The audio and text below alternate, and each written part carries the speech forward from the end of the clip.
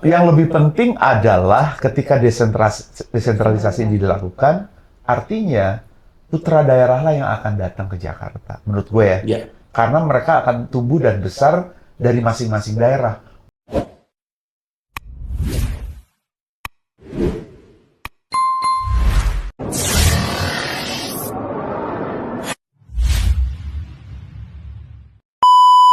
Halo, selamat sore. Bertemu kembali di obrolan kebangsaan bersama saya, Mira Pani. 30 menit ke depan, saya ditemani oleh 3 narasumber yang biasanya adalah yang terpilih. Dan kali ini saya juga ditemani sebenarnya partner saya untuk ngobrol dengan narasumber kita. Yaitu, saya perkenalkan, berapa kali podcast ini menemani saya sih? Diperkenalkan nggak ya? Diperkenalkan deh ya. Beliau adalah penggemar musik dan juga ketua dari Gema Budaya Nusantara, Mas Budi Aceh. Yes. Narasumber kita kali ini adalah seorang singer, kemudian presenter. Beliau juga ternyata seorang trainer public speaking. Saya sih kenal beliau sudah cukup lama ya, karena pernah menjadi vokalis Kahitna. Kita panggil, kita perkenalkan Mas Roni Waluya. Hai, Mas Roni. Dan ternyata nggak hanya Mas Roni Waluya, jadi ada mantan pacarnya juga yang sekarang jadi pasangan hidup. Beliau ini seorang finalis Indonesian Idol dan juga pernah menjadi vokalis band Coklat. Kita perkenalkan Mbak Sarah Haju. Rame nih. Seru ya? Seru ya. Ya, Mas Roni, Yes. belakangan ini kan seliweran nih di TikTok ya. Seliweran. Ya. Kalau istilah TikTok bukan seliweran. FYP. FYP. Oh, FYP. Kalau zaman dulu apa lagi? Warawiri. Prambors banget. Jadi ternyata Mas Roni ini, Pak Budi, masnya konten atau? Sejarahnya gini, ibaratnya kan TikTok ini sebuah platform yang bisa kita manfaatkan sebetulnya gitu loh. Jadi ketika sebetulnya udah lama nih Sarah yang ayo dong kamu bikin ngapain kan di TikTok gitu kan. Tapi gue bilang pas gue perhatiin kan di TikTok cuman Iya. terus gue bilang gini, bagian Tri Utami yang nyuruh dia langsung aja. begitu Sarah nyuruh gue bilang kayaknya enggak Nah, deh, gitu kayaknya kan. ini bukan platform gue gitu loh. Sampai suatu hari Tri Utami telepon gue. Tri Utami telepon, terus ngobrol, Ron ini ada TikTok nih, ngapain yuk di TikTok gitu loh.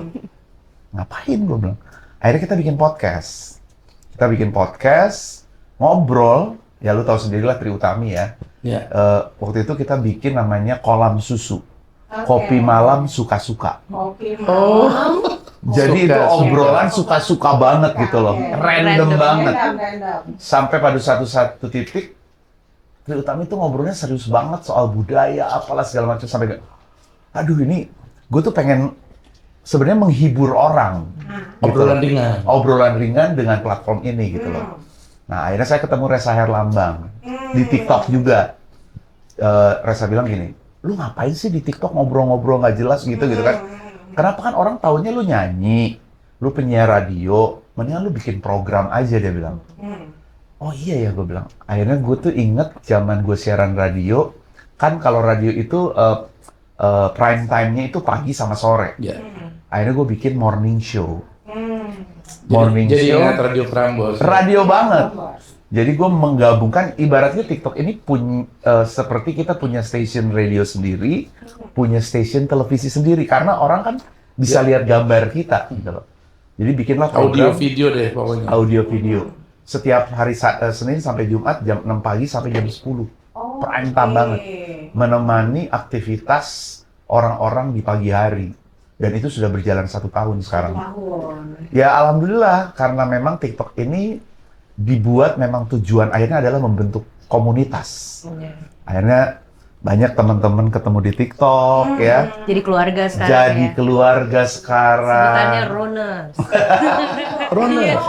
Punya Iya. Roners, aku Saraheo ya. Nah awalnya gue doang nih di rumah tuh yang akhirnya gue bikin mini studio di kamar dengan peralatan ya secukupnya lah ya. Terus akhirnya kamu dong, aku bilang ke Sarah, kamu juga live. Dia bilang gini, Aduh, aku kan nggak bisa ngomong. gitu nah, Jadi lu kan punya radio, kalau gua ngomong apa? Ya coba aja dulu, gitu loh. Ini menarik banget. Waktu Sarah nyuruh Mas Roni bikin TikTok, emang motifnya apa? Ya, karena memang dia kan aslinya memang penyiar radio gitu. Iya. Jadi kayaknya itu passionnya dia gitu kan. Dan juga Nah, itu. syukur-syukur bisa menghasilkan kan. Karena kan banyak juga Ya, yang apa artis-artis yang pindah ke TikTok tuh malah jadi followersnya lebih gede gitu. nah kata kuncinya adalah passion sebenarnya. Iya. Ketika kita tidak merasa terbebani, ada kewajiban kan. Ini station gue Having sendiri fun, dong. ya. Santai ya. Ikigai. Kapanpun lu mau live, cuman yang harus kita ketahui bahwa TikTok ini kan sistemnya semua algoritma. Iya. Ketika kita konsisten live dengan durasi yang sama di jam yang sama, maka akan terekam algoritmanya. Continuity. Yes, Begitu lepas ini lewat semuanya. lewat. Jadi kuncinya itu passion dulu. Makanya ketika Sarah mulai masuk ke TikTok, ya karena dia suka nyanyi juga. Awalnya nyanyi, kemudian ada passion lain yang dia senang baca buku. Akhirnya dia bikin live, hanya baca buku selama 1 jam. Buku apa aja yang sedang dia baca gitu loh. Kemudian kita juga menularkan ini sama anak kita gitu loh. Karena anak kita juga senang nyanyi. Dia arranger, komposer, penyanyi juga. Nama anaknya Mas Roni? Shayan. Saya. Jadi, Shay, kamu live juga dong. Karena Tadinya juga males juga karena kan nggak bisa ngomong. nggak bisa ngomong. Iya. Tapi akhirnya ketika kita memang membiasakan diri berbicara walaupun di depan layar handphone aja, itu melatih dia public speaking-nya gitu loh. Jadi natural ya. Jadi Tanpa sadar natural. akhirnya bisa. Orang udah Iya. biasa nyapa orang kayak gitu kan. Jadi Akhirnya dari satu orang bokap, terus nyokap, sekarang turun ke anak. yes. Dengan karakter yang beda nih.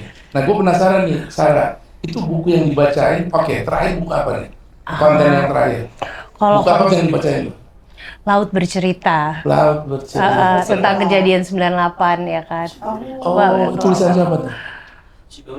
Ya, Lila Shudori. Shudori, ya? Oh, hebat lo ya, tahu ya. Wah, hebat nih. Anak gua banget nih. Jadi kalau dia tuh orangnya random banget. Baca pun ya apa yang dia mau baca ya dia baca gitu loh. Dan nggak pernah milih-milih gitu loh. Yang disampaikan Sarah ke publik apa? Iya. Kalau aku kan selama ini tuh memang udah hampir 20 tahun aku kan searching gimana sih cara untuk sukses. Aku suka banget gitu. Pasti ada Kiat-kiat sukses. pasti ada dari orang-orang hebat ini pasti ada benang merahnya, ada suatu habit yang mereka lakukan yang sama. Dan katanya nomor 1, kita harus baca buku 30 menit sehari, katanya gitu. Oke, Jadi aku teorinya melakukan gitu. tentang ini ya self motivation, kayak tentang pengembangan diri lah gitu. Terus akhirnya aku searching buku apa aja sih gitu. Akhirnya aku baca itu tentang bukan buku-buku motivasi gitu.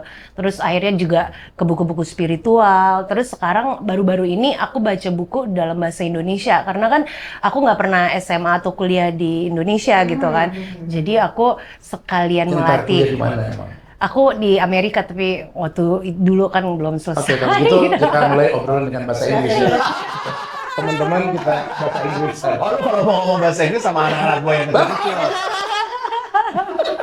Jangan sama Sarah ya, pasti gagal. Enggak dong, ini Ya, saat ini. gurunya. Oke, soal buku nih. Ada nggak dari sekian banyak buku? Udah berapa banyak buku yang dipromosi ini? banget.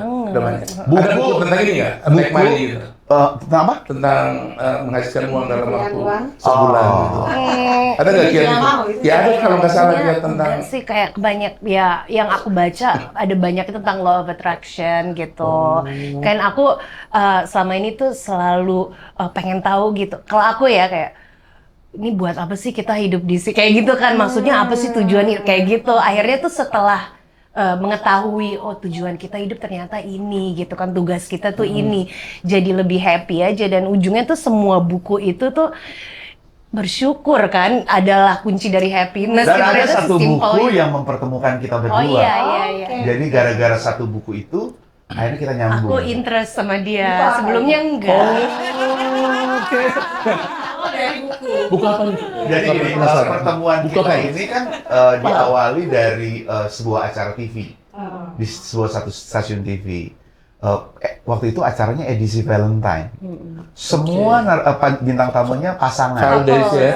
Frans Tumbuhan sama Rima Melati, Eki Soekarno sama Soraya Haq, Dwiki Darmawan sama Ita Purnamasari. Rupanya kelihatannya ada satu pasangan cancel.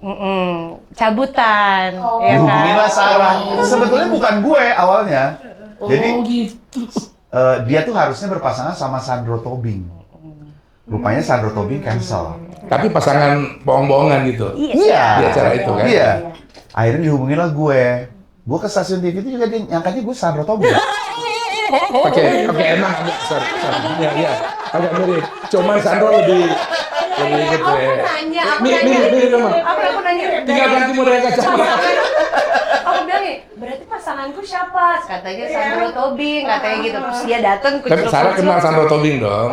Karena pernah nyanyi di stasiun yang sama Di acara sebelumnya. yang sama. Terus aku juga pernah nyanyi di acara yang lain lagi sama dia. Jadi mukanya familiar. Terus aku nanya, pasanganku siapa? Sandro Tobing. Dia datang, Sandro Tobing dong. Iya dong. Sandro Tobing di kepala dong ya. Ternyata Sandro nggak gitu ya? Terus aku sama asistenku yang dibisikin, itu bukan Sandro Tobing lagi, Sar, itu Roni. Terus aku yang, ya udah diam aja. tapi Sarah belum sempat Sandro gitu belum. Enggak. Oke. Nah, selesai acara itu, biasalah, tukeran nomor kontak kan. Pin. Yang minta dong. pertama siapa? Gue lah. Pin. Dan itu pun tidak ada ketertarikan, artinya, wah, lucu nggak gitu, pengen, ya biasalah tukeran nomor kontak Iya, gitu kan. normal. Akhirnya mulai intens, nah ngobrol nanya, kamu lagi apa? Lagi baca buku. Dia bilang, buku apa? 7 Habits of Highly Effective People. Pelan-pelan. Seven Habits of Highly Effective People. Oke. Stephen Dia lagi Covey. baca buku itu, gue lagi ikut trainingnya. Pucuk dicinta, ulang tiba. Nyambung lah. Jadi aku ngobrol. nanya, kamu lagi baca buku itu? Aku abis lagi ikutan trainingnya. Oh ya? Itu 15 tahun yang lalu tuh. Karena orang Gemini, Mas Budi kan orang Gemini juga. Oke. Haus akan intelligent conversations Yes. dong. I see. Gemini dia Gimana nih? Tapi nggak usah dikencengin dulu. Mulailah nyambung dan ya memang dari situ dia tuh passionnya di situ. Jadi motivasi. Lu lihat aja sekarang akun TikToknya dia tuh kontennya adalah tentang motivasi orang. motivasi buat diri sendiri Tapi sih gini, sebenarnya. Mbak Mir, ini menarik nih, ya. Kayak di ujung-ujung segmen ini nih, gue pengen tahu nih. Kan sekarang konten TikToknya tadi nyanyi ya, Iya. ngobrol, kalau sekarang lebih ke buku gitu ya.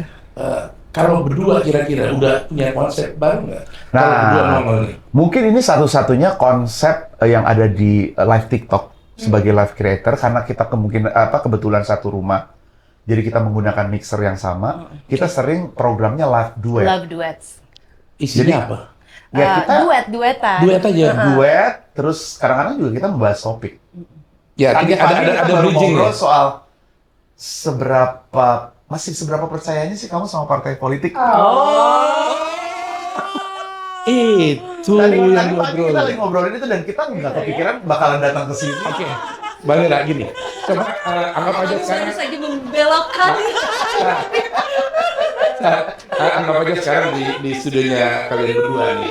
Terus tadi ngomong itu coba pengen diulangin di ruang ini. Jadi gini, kadang-kadang ide obrolan itu bisa on the spot atau memang sudah. Kalau gue tuh orangnya well prepared, artinya soal topik pembicaraan. Jadi gue hari ini mau ngomong apa.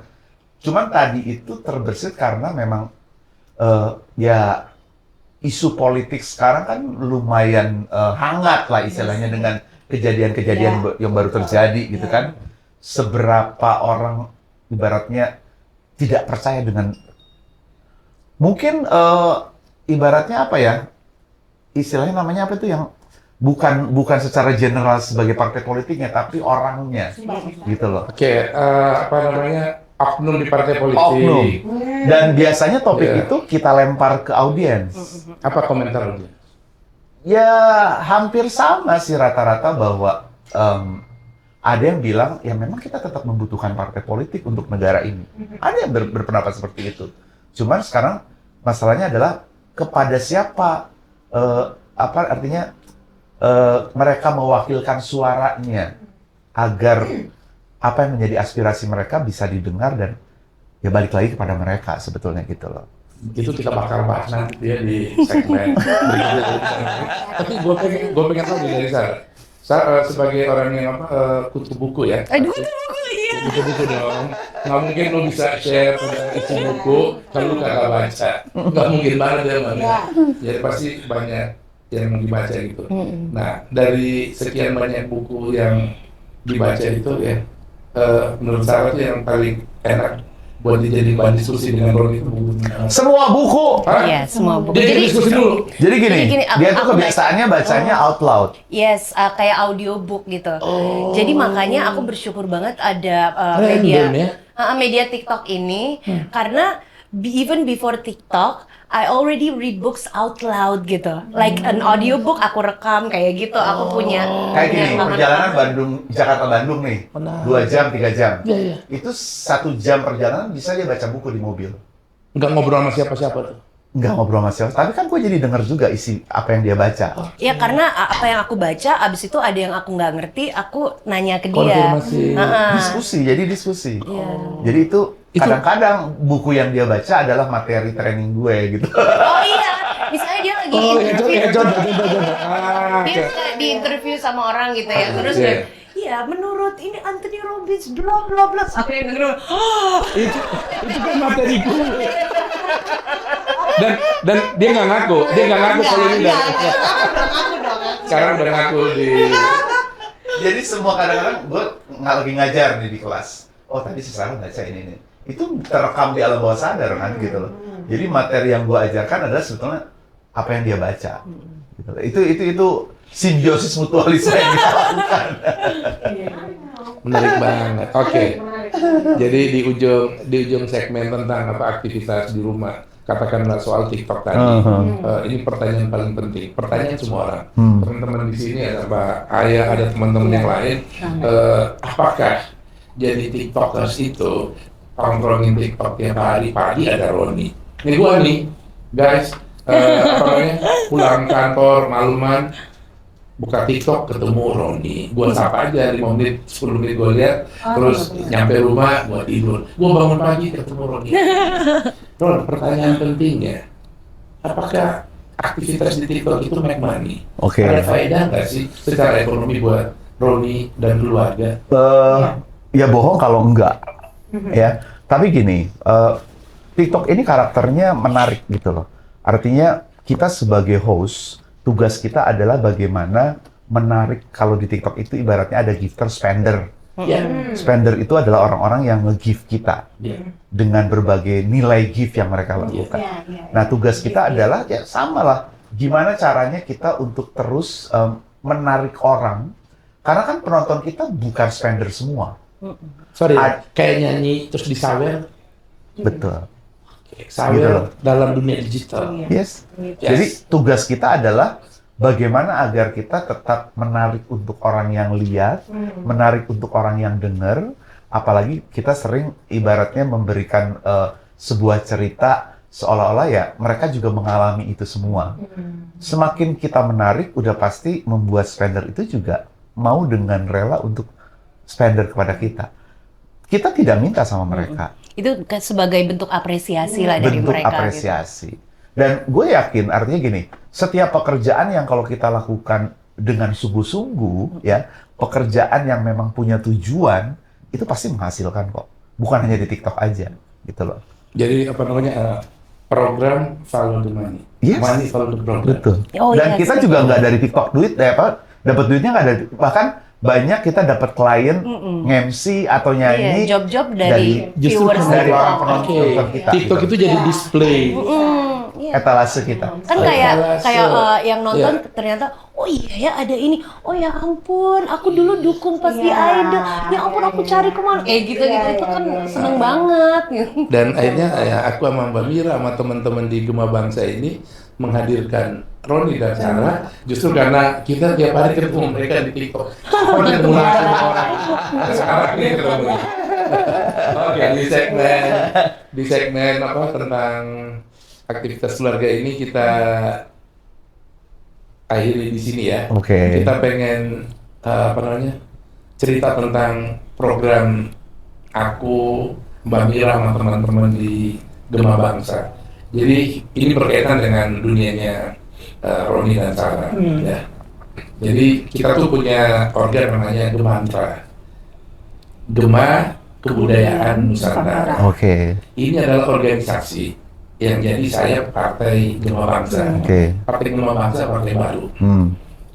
Tadi di depan Roni sempat ngomong tentang dunia politik di mata teman-teman Roni yang ada di dunia kesenian ini itu cenderung skeptis menolak, betul, menerima.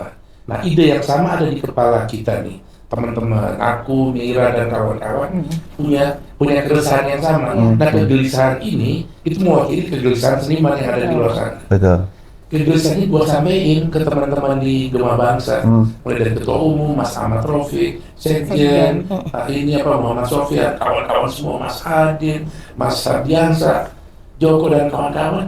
Ternyata ketika kita ngomong, oh justru itu partai ini hadir buat ngasih ruang yang sebebas-bebasnya buat kalian nih, buat teman-teman yang ada di dunia kesenian itu, berjuang di dunia kebudayaan, tapi dalam ruang politik. Karena perjuangan tanpa kekuasaan di negara demokrasi, omong kosong. Udah lama kita cerita tentang bagaimana perjuangan teman-teman seniman sampai di titik tertentu, undang-undang musik sampai ini nggak jadi. Iya, betul. Belum jadi. Sudah meninggal Glenn Fredly misalnya. Perjuangan itu berat banget. Seandainya waktu itu Glenn Fredly ada di partai politik misalnya ya, walau mungkin perjuangannya jadi bisa lebih cepat. Padahal banyak tuh musisi yang di Senayan. Sekarang ada Once. Oke, ada Once ya. Ada Ahmad Dhani. Nah, sekarang menurut Roni gimana melihat ini? Jadi gini, kalau gue sih lebih mikirnya adalah kebanyakan partai politik itu nggak nanya sama yang di bawah. Lu kebutuhannya apa sih? Kebanyakannya mereka itu hanya menjalankan program. Mereka punya program, mereka punya ibaratnya ADART, visi misi dan segala macam. Tapi mereka nggak nanya, lu kebutuhannya apa sih? Itu yang harus sebenarnya ditanya sama mereka. Artinya kalau misalnya kita mau berbicara tentang politik gitu ya, gue tuh lebih berharap ada satu partai yang liatin dulu sama masyarakat, ini loh hasil kerja nyata kita. Bukan pengen hanya didukung, karena kan akhir-akhirannya kan sebuah partai politik perlu dukungan masyarakat. Nah, sekarang balik gitu loh. Masyarakat butuh apa sih? Ketika kebutuhannya dipenuhi, gue yakin nggak usah disuruh, mereka pasti milih. Berarti lebih harus komunikatif ya, kayak tanya-tanya ke komunitas-komunitas. Harus ke akar rumput gitu loh. Ya, jadi tugas turun ke bawah. Turun ke bawah. Itu yang harus dilakukan. Ya oke lah, banyak tokoh-tokoh yang melakukan ibaratnya branding gitu ya, dengan dulu kata blusukan itu kan populer banget ya, dan it works, gue bilang, dan itu berhasil membuat ada jargon adalah kita. Nah itu kan sesuatu yang membuat oh iya ya, berarti gue harus milih dia karena dia adalah kita. Oh iya. Iya kan? Ngerti kan? Kalau di Amerika ya, orang-orang tuh cenderung memilih orang yang bisa dia kayak duduk bareng minum bareng, touchable gitu ya. Kayak just like us gitu. Iya. Jangan jaga jarak gitu loh. Oh eksklusif, untuk ketemu aja birokrasinya susah banget. Kalau misal lu pengen duduk di Senayan, menurut gue ya, lu ya oke lah, semua juga ada SOP-nya ibaratnya gitu ya. Tapi kan lu mewakili suara rakyat. Harusnya hidupnya juga seperti rakyat ya kan, kehidupannya gitu. Jadi menurut gue itu, kalau misalnya memang ini kan Gema Bangsa ya, menjadi sebuah harapan pasti untuk masyarakat bahwa sebagai partai ya gimana ini adalah partai masyarakat gitu. Masukan. Iya, nanti kita dalami soal partai ya. Sekarang gue pengen ke tadi yang ormasnya kita nih ya. Saya Gema tadi. budaya. Oh, oke. Budaya Nusantara. Ya, ya. Sebagai penyanyi nih ya, seniman. Selama ini pengalamannya Sarah sama Ron itu di ruang politik gitu ya, ya tanpa menyebut partai mana gitu. Selama ini kalau ditanggepin sama partai-partai itu 5 tahun sekali nggak? Atau everyday diajak ngobrol? Ya kayak tadi Ron bilang, ya datangi dong turun ke bawah ngobrol. Lu maunya apa?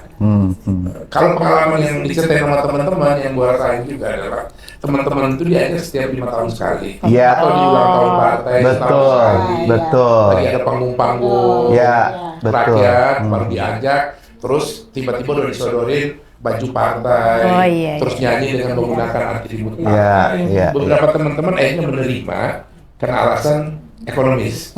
Udahlah gua ambil duitnya, gua telan aja, nanti gua nyanyi. Tapi kemudian akhirnya yang terjadi adalah ini penilaian kita nih.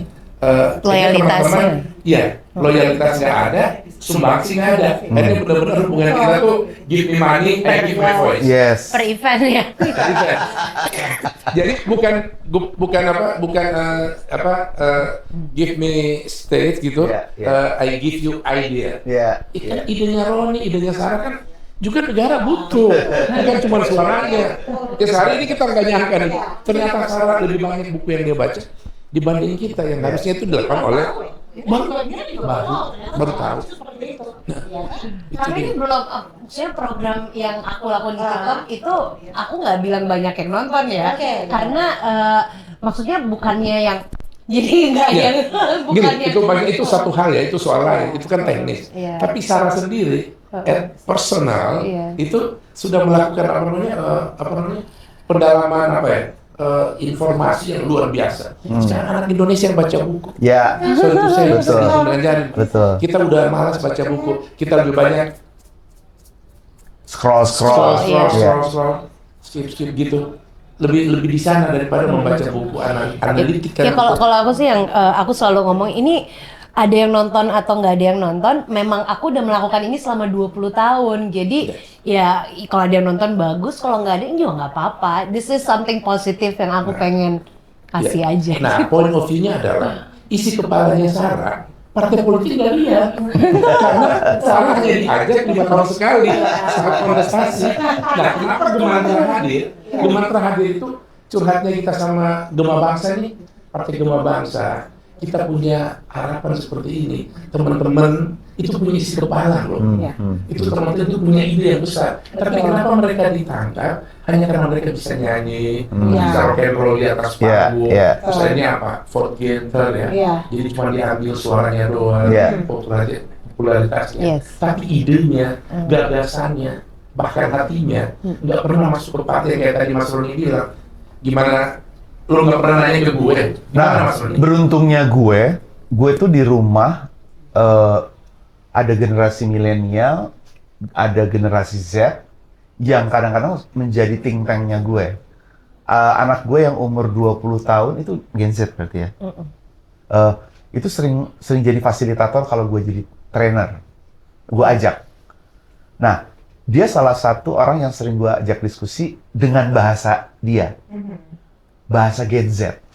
Nah, ini sebetulnya harus dilakukan juga oleh kita-kita nih, ya. Ini partai politik kan harusnya melibatkan mereka. Ya, ini kita kalau ngomongin soal budaya, bukan hanya masalah kesenian, gitu loh. Kalau ngomongin budaya nih Mas Budi ya. Jadi, bagaimana agar mereka mau terlibat dan tidak antipati terhadap politik, gitu loh. Ini yang harus kita pikirkan. Artinya apa? Kita harus mau turun dengan jalan pikiran mereka. Dunia mereka tuh beda jauh dengan kita gitu. Cara mereka menangkap informasi, cara mereka mau tertarik terlibat itu beda banget dengan kita. Jadi gue gali dari mereka, dari bahasa, dari apa yang mereka lakukan, cara nongkrong mereka, terus mereka tuh ketertarikannya apa sih? Yang pasti mereka itu punya spending time-nya tuh pendek banget. Iya, attention Attention span-nya. span-nya pendek banget. Iya. Jadi kalau misalnya kita bikin konten lebih dari 1 menit lewat, nggak menarik ya. nggak menarik. Itulah tugas kita untuk bagaimana nge-grab perhatian mereka gitu. Karena mereka sebetulnya adalah memang calon-calon yang harus meneruskan tujuan kita. Ini gitu. keren nih Mbak, Gitu. Iya. keren banget. Nah maksudnya ya, kalau kita pengen tahu nih, kalau hasil interaksi dengan para Gen Z di TikToknya Mas Ron itu Betul. selama setahun ini tuh apa sebetulnya yang ada yang apa yang generasi 1 menit itu harus ada informasi nyampe ke dia. Ya, Apa sih yang mereka pengenin? kalau aku riset gini loh, karena gue nyanyi, Ya, gue ngelihat belantara TikTok ini ternyata banyak banget penyanyi-penyanyi muda yang potensial. Mereka butuh wadah, mereka butuh program yang bukan hanya memberikan pendidikan nyanyi misalnya. Makanya kemarin gue bikin yang namanya Indonesia Singing Academy yang isinya tentang edukasi semua. Indonesia Singing Academy. Makanya gue milih akademi bukan Indonesia Singing Competition Ya. karena akademinya itu besar banget di situ. 6 bulan loh ini. Selama programnya. 6 bulan programnya dan kita ya sama lah seperti Jadi yang sini. dilihat bukan hasil akhirnya tapi proses Proses orang dan terlibat. setelah itunya After. kita harapkan orang-orang yang sudah kita pilih dari 1000 menjadi 12 besar. Ini 12 besar ini adalah ibaratnya agent kita nanti gitu. Ya. Agent kita untuk mengamplifikasi, memultiplikasi apa yang mereka dapatkan selama ikutan akademi ini gitu. Dan ini akan kita lanjutkan terus karena ya nyanyi ini sesuatu yang nggak pernah berhenti gitu. Mbak Mir, ini kan mirip seperti program kita kan? Iya. Kita kan di Gemantra ini, karena Gema Kebudayaan Nusantara punya Ya. program Gema Cipta Lagu. Oh. Gema Cipta Lagu polanya itu akademik juga, Betul. tapi kita namain Gema Cipta Lagu biar mirip-mirip sama Gema. Oke. Dan yang bergema itu kan suara. Iya, iya. Gema Cipta Lagu ini itu belum pernah ada partai politik di Republik ini yang lagu marsnya, himnenya dibikin dengan cara Oke. kompetisi Oke. dikasih ke masyarakat. Ini masing-masing Ini orang, dipanggil. kalau orang kreatif begini. Iya. Si A dipanggil, si A dipanggil, si B dipanggil ke ruang ketua umum. Gue pengen punya mars dong, bikinin lagu dong, besok jadi. Iya, Yang dipanggil jagoan, iya. langsung jadi. Itu versi ketua umum. Iya. Tadi yang kata Roni menarik banget, Ron. Roni bilang, lu nggak pernah nanya ke dia. Nah, Gema Cipta Lagu itu nanya ke dia, lagu yang cocok buat Mars ini apa sih? Lagu yang cocok, himne yang cocok buat partai ini apa? Iya. Marsnya apa? Misalnya kita kasih mereka, Iya. kita tanya. Betul. Nah, sekarang mereka jawab dengan lagu yang mereka kirim. Jadi mirip. Itu pas banget karena udah pasti ketika kita lempar ke mereka, mereka akan masuk apa yang mereka inginkan. Suara mereka ingin didengar melalui partai ini gitu. Ya. Walaupun misalnya kita memberikan syarat dan ketentuan ada kata ini, tapi saya yakin kalau memang ini di open public gitu ya, mereka itu akan menyuarakan apa yang mereka inginkan sebetulnya melalui isi. Dan ini ya Mas Budi sih ya yang Keren banget. Ya, enggak, maksudnya tadi di luar saya ngobrol dengan Mas Adin tuh, apakah ini gua ragu sebetulnya ya, sorry to say, itulah karena selama ini gua tahu ini gua mewakili yang gue suka selalu ke ketua umum Gema Mas Ahmad Taufik. Jangan-jangan kalian nganggap Roni Waluyo itu cuma bisa nyanyi doang. Serius? Iya, sama gue kita bertanya sama dia. Ternyata buku yang lu baca lebih banyak dari gue. Malu banget gue hari ini. Serius, ini serius banget. Nah, harusnya rasa malu itu ada di partai politik. Iya. Bahwa kalian itu cuma ngelihat Roni Waluyo itu nyanyi, sana nyanyi, atau nama-nama yang lain, terus 5 tahun, udahlah nanti 5 tahun lagi, ntar kita deklarasi baru aja, ntar kita ini baru. Nah akhirnya kita di Gemantra itu mencoba melakukan itu. Terbukti ya, itu bukan asumsi. Nah hari ini Roni, guys ya, mewakili teman-teman yang lain membuktikan. Nah gini lah, soal Gemantra ini, gerakan kebudayaan Nusantara ini. Nah kita pengen gini. Ini hal yang lain lagi ya. Selama ini itu kan kultur yang dominan di Indonesia, itu kan yang mengisi semua media. Yeah. Acara pemerintahan, Yeah. kultur A. acara ini Kultur B 17 Agustus dia lagi. Iya, Sementara kultur kita ini kan Indonesia banyak banget, betul. Aceh sampai Papua. Nah, Roni punya pandangan apa nih, Sarah, soal ini? Gimana caranya bisa melibatkan semua emosi kebudayaan yang ada di Indonesia? Masalah kalau kita ngomongin budaya tuh luas banget ya. Sementara persepsi orang budaya itu hanya seni, gitu loh. Makanan aja budaya. Kuliner. Kuliner aja budaya. Setiap daerah punya budaya kulinernya sendiri-sendiri. Yang kadang-kadang kita lupakan. Sebentar lagi nih tanggal 16 Oktober Hari Pangan Sedunia. Ya, itu jadi yang gitu-gitu kadang-kadang kita lupain gitu loh. Bahwa budaya buang sampah. Nah, Yang orang udah lupa dan baru ingat setelah banjir. Walaupun memang terjadi pergeseran masalah budaya, apalagi tentang etika moral. Anak-anak sekarang itu kan tingkat kesopanannya cukup rendah dibanding zaman kita. Kita sama orang tua kayaknya nggak berani kita ibaratnya apa ya, menyelak obrolan. melihat mata aja takut. Tapi anak sekarang enggak. Apalagi ya. Tapi lebih hangat. Nah, Pakai teman nggak sih? balik lagi ke kita, kalau kita ngomongin masalah budaya, makanya kita tugasnya untuk kembali mengajarkan mereka mengenai etika moral gitu. Ya, makanya kalau Mas Budi nanya soal bagaimana tentang banyak PR kita, Mas Budi, ya mungkin salah satu jalannya bisa dari seni, ya termasuk Mas Budi bikin lomba cipta lagu Mars dan himne Buat partai politik. buat partai politik ini, itu salah satu cara untuk mendekati sebetulnya pintu, ibaratnya pintu dulu ngebuka, setelah itu kita kan masuk dengan program-program edukasi sebetulnya. Gitu. Dan gue termasuk orang yang apa ya, nggak pernah berhenti untuk kalau ngomongin edukasi itu bisa dari mana aja sebenarnya masuknya gitu. Asal pintunya udah keluar. Ibaratnya kalau dalam ilmu komunikasi itu ada pacing duluan. Ya, iya. Gitu loh. Setelah pacingnya masuk, orang itu kan gini, psikologi penjualan, transaksi jual beli terjadi 80% bukan karena orang suka barangnya, Tapi suka penjual. ya. Gitu loh. Ya. Jadi ketika kita mau jualan barang, jangan nyodor-nyodorin barangnya dulu. Lakukan gimana caranya orang Contohin, suka dulu sama kita. Ya itu tadi teladan. Bagaimana? Wah, karena kalau orang udah suka, tanpa kita tawarin, orang nanya, lu bawa apa? Wah, boleh nih berapa? Nah, Padahal dia lagi nggak pengen. tuh. iya, karena dia suka aja sama kita. Jadi itu kuncinya sebetulnya. Jadi ketika kita dengan program-program yang bagus, tapi kita membangun benteng, artinya, oh, gue nih yang punya program, nggak gitu gitu. Ya. Bukan begitu caranya. Justru kita ajak dulu. Jadi ini kayaknya menarik nih kalau Lain dari Mas Roni lalu ya, nanti kita baru tahu. Karena gini, Oh, bener Mas. kayak gini, Mas Roni nih. Yang kemarin kita lihat di ini baru lagunya kan ada yang Apa? mana ada yang sanakah aku gitu kan?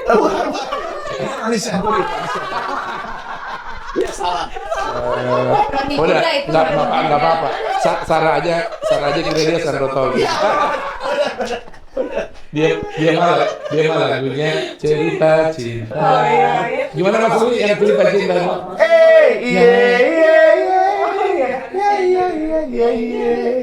Berawal dari mata, indahnya senyuman, mengapa harus selesai? Sampai di ref dong. Sampai dia panjang banget. Biar cinta bergelora di dada, biar cinta membarukan kita. Wow, cerita cinta yang pertama ku rasa. Jangan pernah berakhir cerita cinta kita. Mas Budi aja Guys, tadi itu pecah suaranya keren, tapi gua letaknya. Oke, Ron, ini keren banget.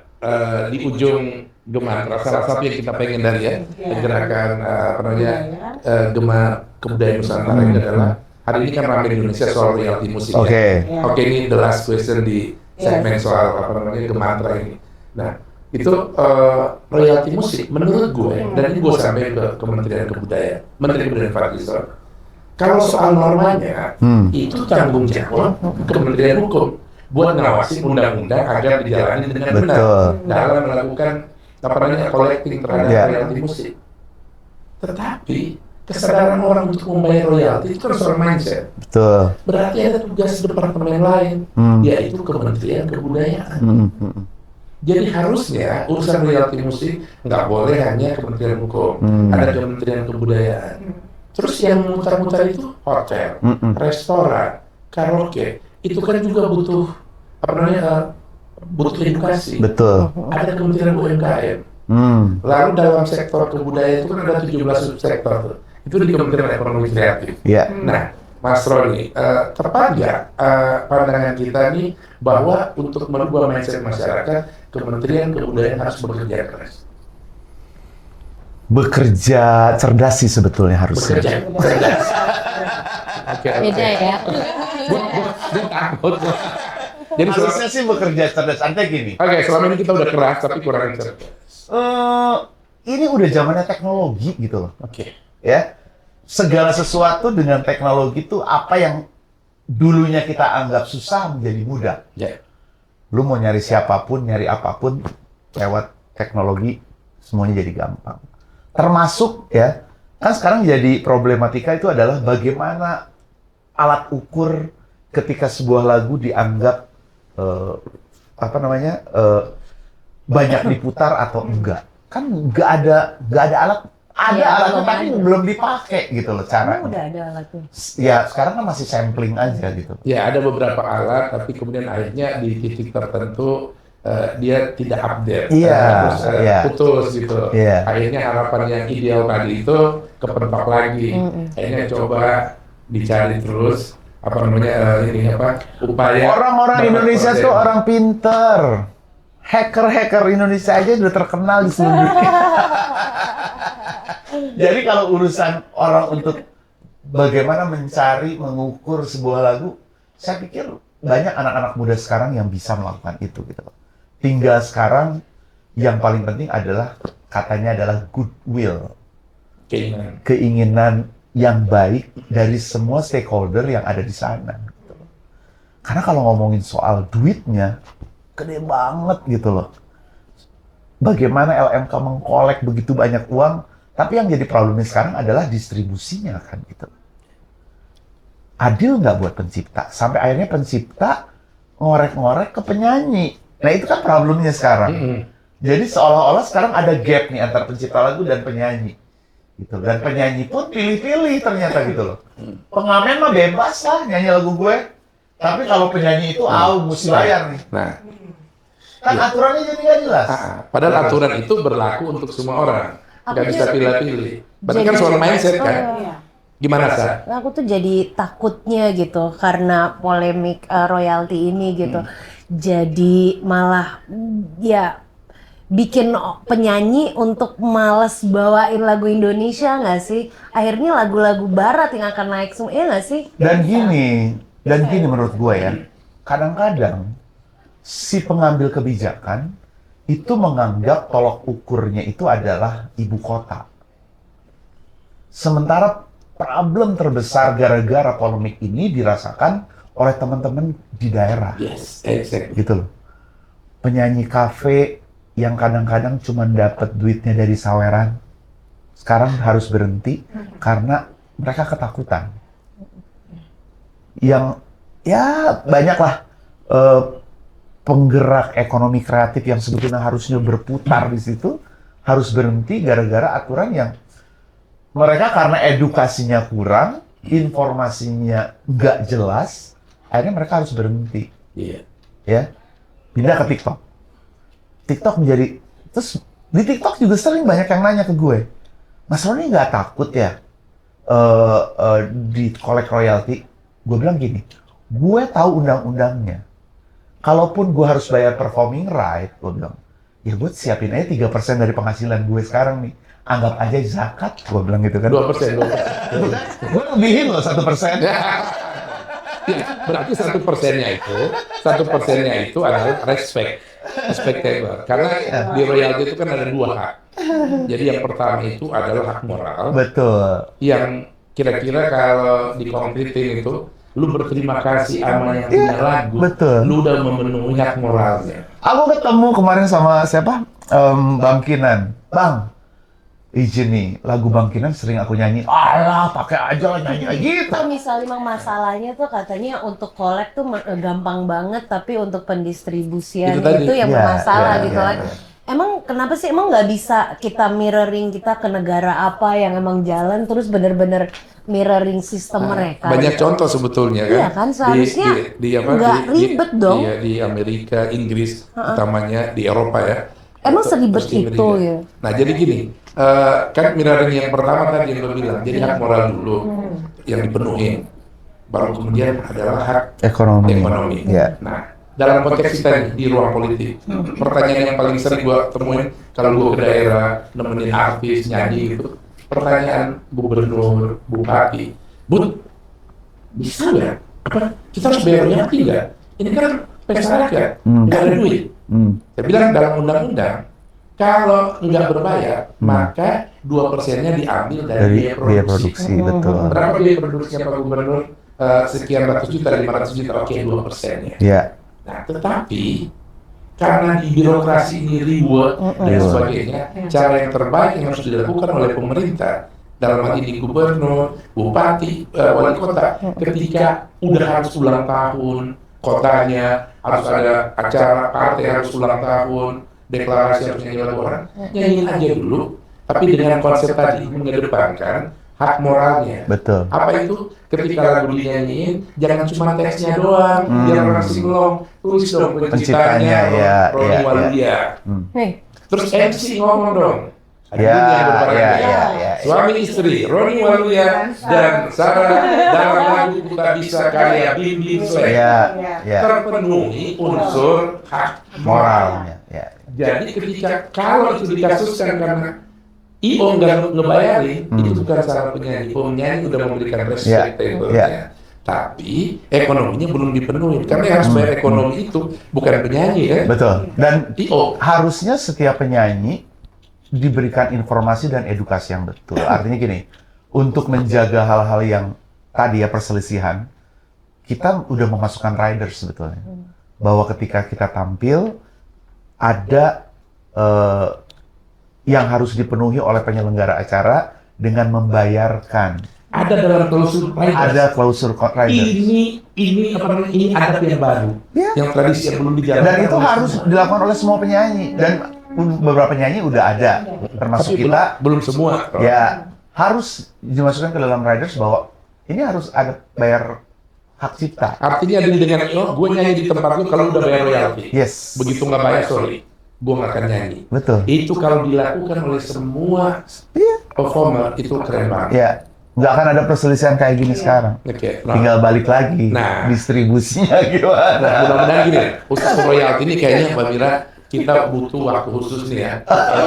Di podcast Gemar. Tadi kita ngomong soal royalti, tapi nanti kita ajak misalnya katakanlah Mas Roni ini, Mas Roni melihat royalti dari perspektif budaya. Nanti ada misalnya Profesor Sarjono tuh guru besar UI, dia kan ahli hukum, dia dari perspektif norma. Kita undang pemerintah, kita ngobrol sih. Mas Roni siap ya? Boleh. Keren. Pasti yang enggak ya, nyanyi aja gue jawabannya. Oke, Mas Ron. Nah, aku sama Mbak Mira nih, ya dari Partai Gema Bangsa. Jadi Gema itu kan di sayapnya nih. Tapi ya Partai Gema Bangsa sendiri, separtai gitu, punya platform yang menurut gue, kenapa gue mau menawarkan konsep politik kebudayaan di Partai Gema Bangsa? Karena gue melihat mereka punya 3 platform besar yang menurut itu edit value-nya partai ini. Partai Gema Bangsa yang pertama adalah Indonesia Mandiri. Yang kedua apa, Mbak? Indonesia Reborn, Indonesia Mandiri, dan desentralisasi. Oke. Jadi ada 3 hal ini yang menurut gue ini menarik banget gitu. Nah tapi gue pengen soal desentralisasi politik ini kita ngebahas yang itu. Nah berkaitan dengan yang kita omongin tadi, konsepnya Mas Roni bikin acara di TikTok, ya di Republik TikTok itu, kan Mas Roni bikin konsep akademik, ngelibatin semua orang, proses-proses dari ribuan orang, akhirnya mengerucut jadi 12 orang. Ya. Kita di Gema Cipta Lagu ngasih ke 38 provinsi, kerucut hanya tinggal 10 lagu. Lalu kita akan pilih 2 jadi pemenang, 1 lagu Mas, 1 himnenya gitu. Artinya semua proses dari. Nah ini udah satu yang bagus menurut gue soal desentralisasi ya. Kan desentralisasi politik dalam pandangannya Mas Roni. Ya persis seperti yang saya katakan tadi bahwa kita harus tahu apa sih kebutuhan masing-masing daerah. Kan ada 38 provinsi.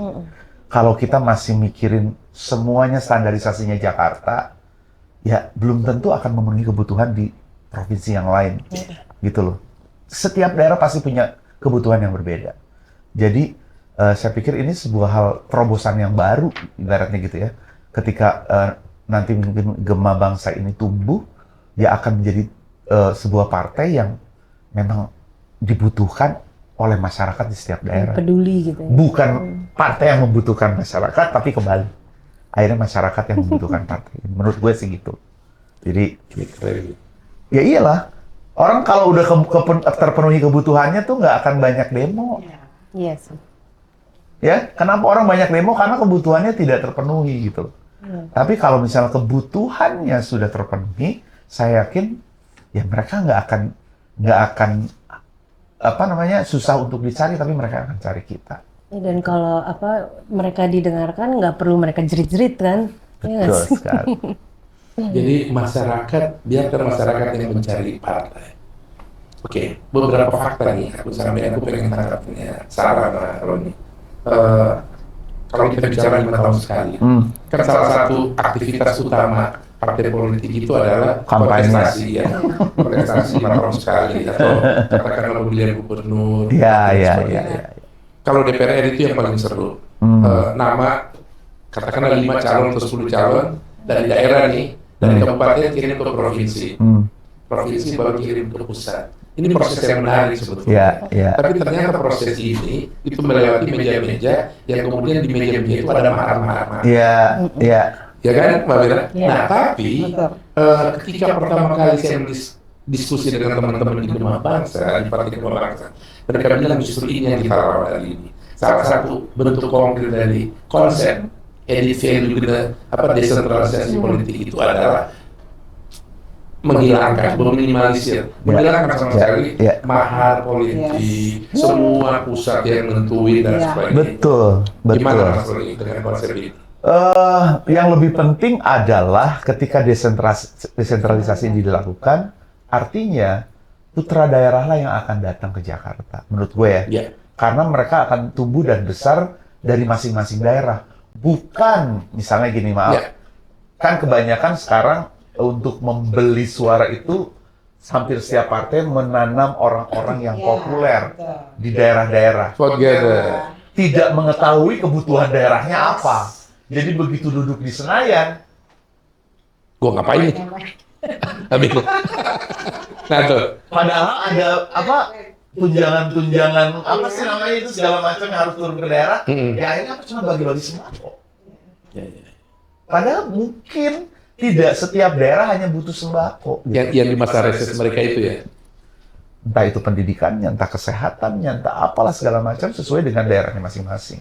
Dan gue yakin kalau misalnya DPR itu diduduki memang orang-orang putra daerah yang ngerti kebutuhan daerahnya, gue rasa kesejahteraan yang menjadi sesuatu yang digaung-gaungkan itu sedikit-sedikit mungkin akan bisa tercapai. Kan kalau udah rakyat sejahtera, ini negara paling kaya sedunia gitu loh, Indonesia ini. Apapun ada, kata Gus Plus kan, tongkat dan batu jadi tanaman. Kayak gimana maksudnya? Bukan lautan hanya kolam susu, dari dan jalan cukup menghidupimu. Kan ini semuanya ada di Indonesia gitu loh. Orang lain berlomba-lomba untuk merebut semua sumber daya alam ke sini, kenapa kita nggak bisa untuk gitu loh. Kita membutuhkan negara lain betul, ya. Tapi ya sekarang ya beginilah Indonesia. Sar, Untuk aku. gini. Gua sebenarnya pengen nyebut nama tapi nggak usah ya. Beberapa tokoh yang ada di Indonesia ini, katakanlah yang jadi menteri. Iya. Ya, kalau hitungan gua sama teman-teman, itu 99% orang yang stay di Jakarta. Oh, orang-orang Jakarta, bukan Nggak orang-orang pernah ada daerah. rekrutmen. Oke, menteri olahraga kali ini adalah salah seorang Putra daerah misalnya. daerah dari Aceh yang berhasil membuat olahraga tradisional Iya. menjadi berkembang tanpa dukungan pemerintah. Itu satu. Iya, iya. Tiba-tiba yang jadi menteri pariwisata adalah seorang tua yang menghabiskan waktunya memperbaiki destinasi wisata di Daerahnya, daerah iya. tiba-tiba jadi daerah wisata yang terkenal di seluruh dunia tanpa bantuan pemerintah, lalu jadi tarik jadi menteri pariwisata. Itu salah satu bentuk konkret dari desentralisasi politik. Yes. Nah, kalau yang saya lihat sekarang ini tokoh-tokoh kita, katakanlah menteri yang baru, apakah mewakili daerah? Kalau menurut gue ya, Nah, ini pertanyaan politis nih, bukan hanya sekarang sebetulnya. dari dulu. Dari dulu kabinet itu adalah transaksi politik, bukan Yes. untuk kepentingan pembangunan bangsa ini. Gitu. Keren. Ya, Iya. jadi kenapa? Ya kita lihat aja kok yang duduk menjadi menteri adalah orang-orang yang diplot karena jasa politik. Udah mulai panas ya. Ini udah di ujung kan ini? Udah di ujung. Kalau yang tadi dia bilang, kalau idealnya gitu, kalau putra bangsa yang emang Perut, disupport ini, ya, ya. Itu kan maksudnya desentralisasi. kayak gini, kayak dia yang kekeh kayak, oh ini harus ada perbaikan di daerah ini untuk sekolah gini. Loh kenapa kamu dukung itu? Karena gue sekolah di situ, terus gue emang masalahnya begini. Iya, iya. Itu lebih personal gitu kan. Tapi kan kalau sekarang kan enggak gitu kan. Tapi gini, ya, oke. Ya, tadi yang di samping almarhum ini coba dibalikin lagi. Statementnya bagus banget tadi. Apa? Ingat nggak? Gimana tadi? Gimana maksudnya? Jadi gini. Hampir setiap pemerintahan Ya. memplotting menteri-menteri di kabinetnya karena transaksi politik gitu loh. Ya, artinya gini, Balas budi. balas budi. Ini Budi Aceh nggak pernah dibalas. Balas balas gue. 10 tahun dukung. Nah, bercanda. Jadi ya, walaupun orang bilang ya ini kan politik itu masalah kepentingan siapa gitu loh. Kita berpolitik itu untuk kepentingan pribadi, partai atau kepentingan bangsa. Bangsa dong. Nah, Idealnya. Ya. Iya. Kalau Kenyataannya ya balik tadi, ketika transaksi politik terjadi, akhirnya dia nggak berpikir ini kompetensinya apa. Yang penting jasa lu gua bayar nih, lu duduk aja. Menurut gua ya gue yakin semua banyak yang setuju lah. Gue berani kayak gitu karena Sarah suka nanya sama gue. Gue setuju. Mbak Mina setuju. Setuju banget. Setuju banget. Sarah suka nanya. Dan gue rasa Partai Gema Bangsa juga setuju. kalau anak kita itu jurusan politik kan. Oh, Jadi selalu siapa? Saya. Saya itu iya. Nyanyi, produser musik, sekolah politik. Iya, terus dia tuh kan selalu mau bahas ya, tentang politik sama aku gitu kan. Dan aku bilang, karena mama bukan giring satu, mama nggak tahu gitu kan. Mama nggak bisa mencap ini itu, karena kita nggak tahu apakah ada something dibalik something lagi, kita nggak tahu That's ini politik. apakah ini kebenarannya atau ini adalah setting yang kita seharusnya kayak apakah ini jebakan, kita nggak tahu. Dan kita gitu. senang nonton film-film yang background politik, gitu ya. Dan gue yakin film-film background politik pun itu based on Real story, Real story udah gitu pasti. loh. Kalau nggak, kita nonton House of Cards. Ya, gue nonton. Iya. Itu seru kemarin tuh yang banget ada ya. bagus tuh apa? Yang mana? Yang kemarin tuh yang presiden. Oh ya. Terus yang itu yang tentang apa? Yang tentang duta besar perempuan. Oh ya, Iya, itu diplomat, yang diplomat. French Diplomat. sama English. Gue baru Prime tahu Minister. istilah di Amerika ternyata lebih jahat dari kita ya. Oh. Jadi kalau misalnya ini suami istri nih, Mbak jadi duta besar gitu. Terus gue suaminya nih kan, orang biasa. Jadi gue dipanggil ibu duta besar. Ini duta besarnya, akhirnya yang jadi pemimpin dalam tanda petik itu ya di Amerika ternyata harus laki-laki. Tapi ketika ada perempuan istimewa jadi diplomat, apalagi jadi presiden, maka suaminya harus rela disebut sebagai ibu presiden. Sekeras itu. Oke. Nah, ini menarik nih di ujung dari semua ini, Mas Roni ya. Tadi senang gue dengar ternyata anak mereka tuh sekarang tuh nyanyi sekolah politik juga ya.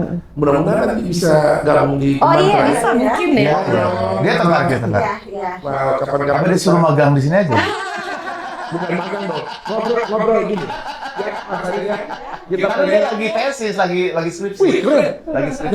Nah, gini, iya, bisa gua kumpulin ada Gibran, dia S2 dari Kementerian Universitas Pertahanan. Lalu gue pengen ajak anaknya Bim Bim. Selain itu dia itu sekolah antropologi politik di London.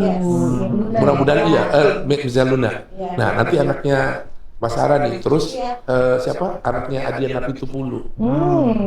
Ini anak orang-orang yang selama ini kita anggap, apaan sih, paling anak-anak lu juga jadi apa sih? Nah ini ternyata anaknya sekolah politik. Bapak ibunya ngurusin musik gitu. Dan gua rasa dia contoh konkret tentang bagaimana politik kebudayaan itu kalau bekerja dengan baik, Indonesia ini bakal bagus.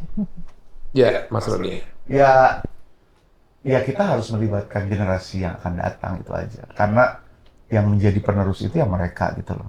Ibaratnya kita yang masih terkontaminasi dengan budaya-budaya yang lama, memang juga harus mengikuti. Kan sesuatu itu akan sustain kalau dia berhasil beradaptasi dengan semua perkembangan. Termasuk perkembangan budaya gitu loh. Budaya, etika, moral, ya semuanya harus mampu diadaptasi, adopt gitu loh. Dan kita nggak boleh egois ya, karena masa depan mereka kan yang kita tentuin sekarang gitu kan. Ya nggak sih? Oke, nah kalau gitu pertanyaan di ujung nih Mbak Mira. Mbak Mira dari tadi sebelum kita ngobrol, pokoknya nanti di ujung ngobrol ini harus nyanyi Angel Suara. Oke, sebelum Angel Suara, ini saran nih dari saran dulu, terus Mas Roni. Ini Partai Gema Bangsa ya. Tadi gue senang partai ini mau mengakomodir gagasan politik kebudayaan yang memang sekarang di dunia itu lagi tumbuh ya, happening banget, apalagi di Eropa, Prancis, di Inggris itu politik kebudayaan itu udah di depan sekarang. Amerika itu justru terlambat karena mereka lebih ke pop culture daripada ke tradisi. Sementara Indonesia kan kita punya tradisi yang luar biasa banget. Nah, Mas Roni, partai ini juga itu target marketnya ya, yang bisa diajak ngomong tentang politik kebudayaan, dua frasa yang beda tapi dalam satu ruang ini itu anak-anak Gen Z, anak-anak muda. Nah, apa saran Mas Roni? Saran buat Partai Gema Bangsa sehingga bisa membuat anak muda tadi, oke, gua mau ke lu nih, gua pilih lu nih, bukan karena partai yang karena dia merasa memiliki. Ya balik lagi sebetulnya, anak-anak zaman sekarang itu butuh sesuatu yang mereka bisa rasakan secara langsung. Jadi ya mungkin karena sekarang serba cepat, informasi yang mereka dapat cepat banget. Mereka tuh dengan gampang dan mudahnya bisa menjawab segala pertanyaan hanya dengan genggaman tangan gitu. Nah, pasti partai ini juga kalau ingin menarik untuk Gen Z adalah menjadi partai yang ketika ditanya oleh mereka, partai ini bisa memberikan jawaban yang mereka butuhkan, mereka inginkan gitu. Sesuai dengan apa yang mereka inginkan, sesuai dengan mereka apa yang butuhkan gitu. Jadi kalau memang targetnya itu adalah milenial sama Gen Z, ya bikin riset. Nih orang Papua Gen Z-nya sama milenialnya membutuhkan apa sih? Orang Aceh kan masing-masing daerah kembali lagi tidak sama.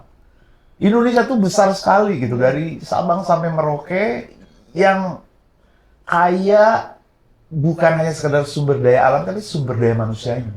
Apalagi sebentar lagi kita akan menerima bonus demografi yang nggak tahu mau diapain sekarang gitu loh. Tumplek-plek gitu loh. Ada di generasi Z sama milenial. Nah itu kan potensi yang harus mulai dipikirkan oleh Gema Bangsa, apa yang bisa dilakukan untuk mereka. Bukan apa yang mereka lakukan untuk partai, tapi partai ini harus melakukan untuk mereka. Gitu. Saya pikir itu, karena ketika banyak melakukan untuk mereka, balik lagi, wah ini nih, gitu loh. Ketika mereka udah mengatakan, gua harus pilih ini. Lu nggak usah kampanye banyak-banyak ngeluarin duit, lu pasti banyak disupport. Gitu. Gue sih gitu aja. Wow. Gue kayaknya jadi juru kampanye di bentar lagi. Makanya kan kita beruntung ngobrol dengan Roni Waluya bukan di 2029 tapi 2025, jadi lebih cepat. Mbak Mira, ada lagi Mbak yang mau di mungkin next kita harus narasumber lagi. ngobrol Beliau lagi. sebagai narasumber. Ngobrol tentang Royalty tadi royalty musik, ya. royalty belum selesai. Aku boleh nggak, maksudnya aku karena zaman sekarang tuh lagi banyak, seluruh dunia itu lagi into Korean wave, ya kan? Iya. Gimana ya caranya? Ada sesuatu yang bisa kita ATM nggak sih? Sama tiru modifikasi gitu untuk memperkenalkan Indonesian wave gitu, budaya kita gitu, agar seluruh Nah, itu dunia PR juga juga. tahu gitu. Kalau aku sih tertarik. Betul. Itu PR itu. Ya Tapi itu PR. yang dirasain Sarah gimana? Ngelihat kondisi itu di Indonesia ini. Belum terlalu disupport dengan pemerintah seperti di Korea gitu ya, Ya, menurut aku. Betul. belum disupport. Betul. Artinya gini, secara industri sebetulnya potensi Indonesia ini besar. Banget. Marketnya besar. Banget. Tapi peran serta pemerintahnya fokus ke yang kecil aja dulu, musik misalnya gitu. Masa kalah sama negara yang segede gitu? Apa karena terlalu besar? Coba deh, Menurutku enggak. di Indonesia sekarang kalau ada kata-kata Korea dikit itu lagu Dimakan. keras gitu kan. Gimana caranya PR-nya Indonesia dikit lagu keras ya? Nah, mungkin Gema Bangsa yang bisa ini bakal panjang. sorong. Gua mau bilang, ini kasih sebelum juga sih. Kalau melihat bahwa kita punya kuliner banyak banget. Oh, lebih enak banget. Dulu 2017 teman-teman bikin festival soto Nusantara. Semua makanan yang berbasis kuah itu adanya di Indonesia. Soto, coto, sop, bakso, binte, biluta, segala macam itu lebih dari 100 jumlahnya. Itu banyak itu kuliner ya, belum hal-hal yang lain. Sementara ikut dong, gue mau bikin Bintaro Local Food Fest bulan depan. Baik, boleh. Bintaro, Gemantra ikut ya. Gemantra. Oke, boleh Pak ya. Loh, ini Mbak Mira ini kan bisnis kulinernya keren. Apa salad apa nih? Mimi salad. Mimi salad. Udah ada lagunya pula. Mimi. Oke, Sa, ini tadi pertanyaan seperti Mas Roni. Kira-kira kalau partai ini pengen ada masuk ke ruang Gen Z atau kalau milenial mungkin ya agak lebih dewasa, lebih mudah partai berdiskusi. Tapi yang Gen Z, menurut cara apa yang paling berat yang harus di Generasi mager. Oh my God. Iya, apa yang harus dilakukan sama partai?